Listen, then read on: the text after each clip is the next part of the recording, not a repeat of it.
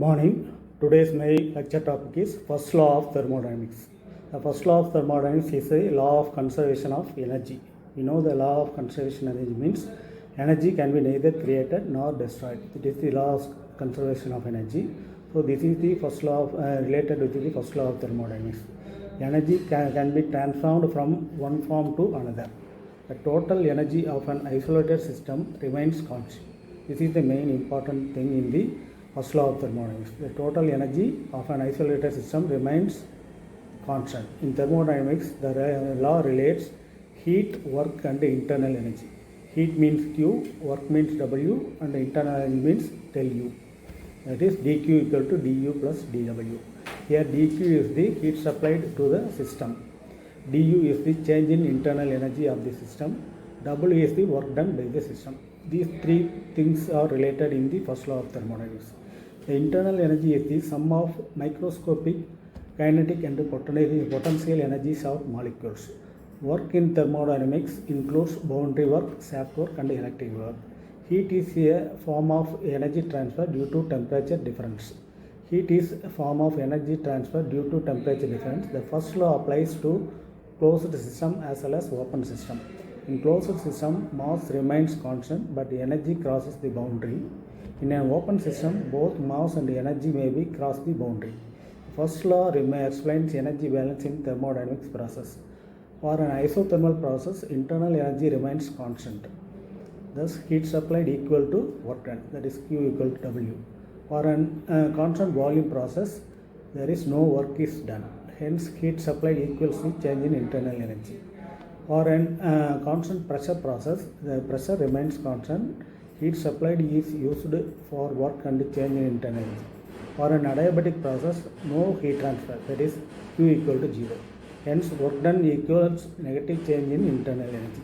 First law is the basis of energy conservation in engines and power plants. It is applied in the analysis of steam engines. It governs the working of internal combustion engines.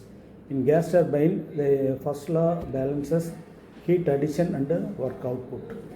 The heat pump in refrigeration system, it relates compressor work and cooling effect. The heat pump is also analyzed using the first law. Steam boilers, heat supplied increases internal energy of water and steam. In nozzles, enthalpy drop is converted into kinetic energy. In compressor, work input increases internal energy of gases. In turbines, enthalpy drops produces shaft work. The law applies to conservation of electrical energy in generators. It also applies in hydraulic turbines where water energy is converted into work. In air conditioning system, it balances cooling load and work output. The law is crucial in analyzing Rankine cycle of steam power plants. It is equally important in the Otto cycle of petrol engines. It governs the diesel engine and the diesel cycle. The first law helps to calculate the efficiency of heat engines. Heat engine required, there is two things. One is the source and another one is sink.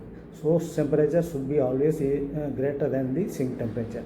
That is T1 greater than T2. Then only the heat engine will convert the given heat work into work.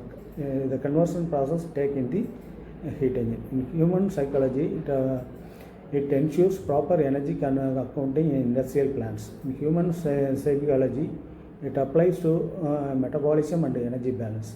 The law used in calculating caloric value of fuel. It is applied in determining enthalpy and internal energy from thermodynamic tables.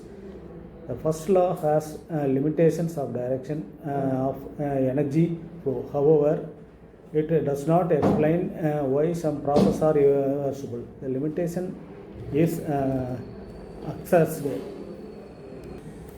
Actually, the first law related with the heat transfer, work done and internal energy. That is del U equal to Q minus W. The change in internal energy of a system is equal to the heat added to the system minus the work done by the system. That is the formula. The application, if you take as application in the steady flow energy equation in a closed container means the H1 plus Z1G plus V1 square by 2 plus Q equal to H2 plus V2 square by 2 plus Z2G. This is the formula in the steady flow energy equation. Thank you.